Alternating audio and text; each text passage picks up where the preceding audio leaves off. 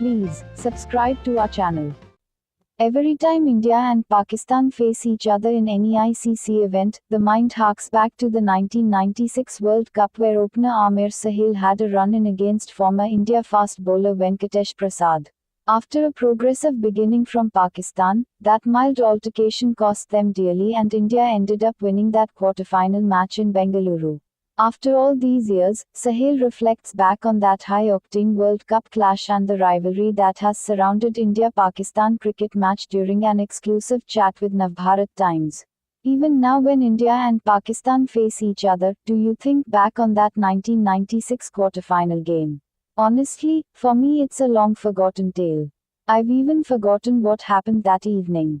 Though yes, people do time and again keep reminding me of it. But can anyone deny that every time these two teams face each other, the excitement level is different? The excitement level is more because lately these two sides haven't played much against each other.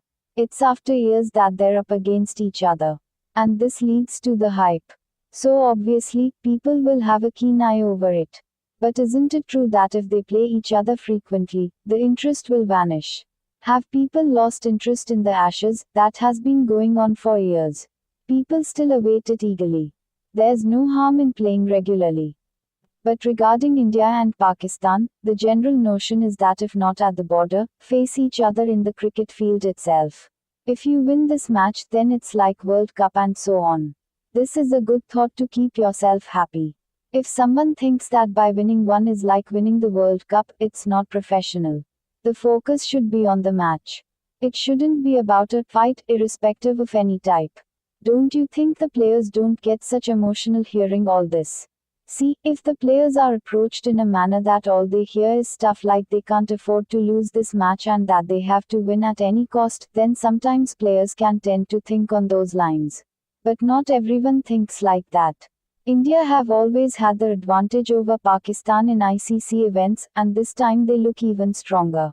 It's almost as if even before entering the field, India have been declared winners. There's no doubt that India have the advantage. But then if you look at it the other way, then the side that has been termed favorites also have the pressure of living up to it. India are defending champions. But what works in Pakistan's favor is that they have nothing to lose. No one is giving them a chance that they can beat India, and such a scenario is motivating and advantageous for Pakistan.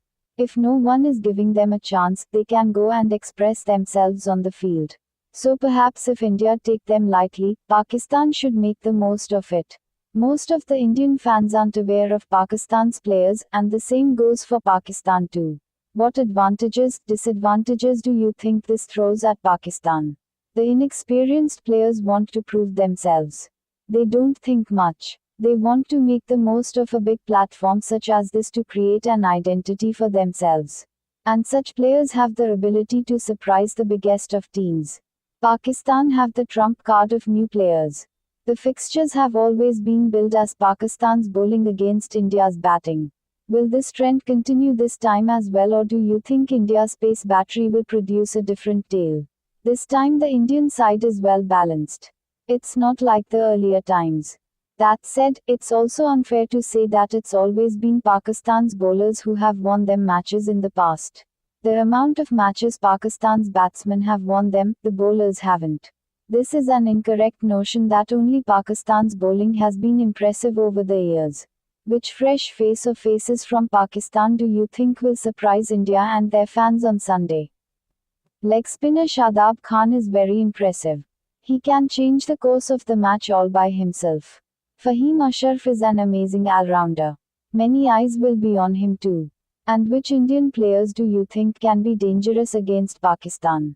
To say that getting 2-3 Indian batsmen out will content Pakistan would be wrong. I think the focus will be on all the 11 players. What will Pakistan do if some lower order batsman comes out and plays a match-winning knock? So I would just say that even India's lower order will be an area of focus for Pakistan. What do you have to say about the alleged rift between Virat Kohli and Anil Kumble? When a former player becomes a coach, then irrespective of how big his ego is, he'll have to reduce it. Players need to be given their own space. Their opinions need to be paid attention. If all this is ignored, then such instances will come up even more.